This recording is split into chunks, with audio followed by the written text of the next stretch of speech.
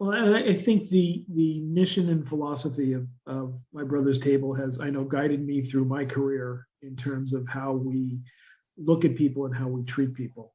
And I think it's an enduring legacy that hopefully many of the volunteers have come to embrace that mission, that all people need to be treated with dignity and respect. And that no matter where we are in life, there is still inherent worth in each person, and that we need to come together as a community in order to address those needs to hopefully lift people out of poverty and improve the quality of their lives.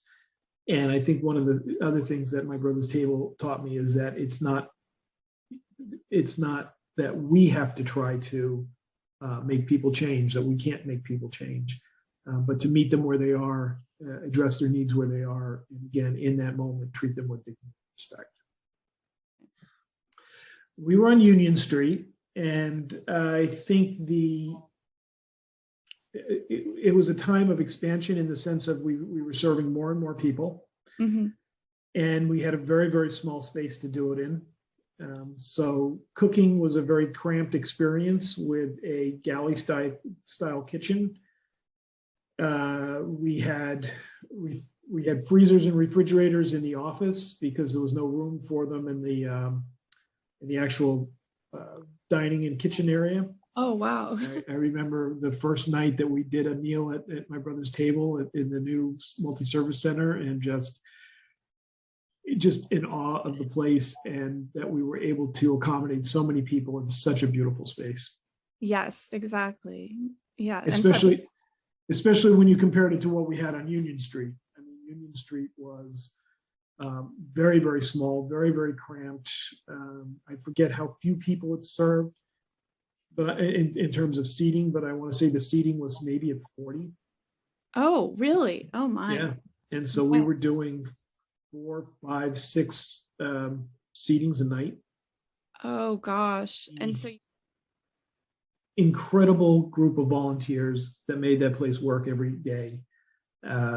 John Peterson, like whenever the cook wouldn't show up, he called John Peterson, and John and Nina would come down and get things going. And it just the vast number of people who were committed to ensuring that My Brother's Table was able to provide a meal every single day, regardless of what was going on.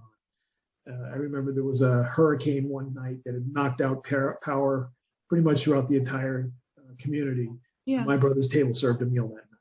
It's incredible. It really is. So in terms of wonderful experiences to remember, oh my goodness, it must have been the 20th anniversary. Maybe it was the 25th anniversary. Oh, okay. And the GE Minority Cultural Center decided that they were going to do a spectacular night for the guests. And so they did steak. They, instead of the guests going through the service line, they had everybody sit down right at tables, and then they served them like you would at a restaurant.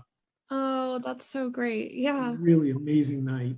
Yeah. I think the final thought is it's still tremendously sad that places like My Brother's Table need to exist. Here we are, the wealthiest country in the world. We have billionaires that are not paying anything in taxes, and we still have a situation where people can't afford the daily needs of life. And it's just tragic that we haven't, as a society, figured out how to do this on a much more dignified manner than having soup kitchens and food pantries and all these different relief programs to provide people with the basic necessities of life. And I wish we could come together as a society, not just to support places like My Brother's Table, but to support those systemic changes that we need to really address the issue of poverty in our country.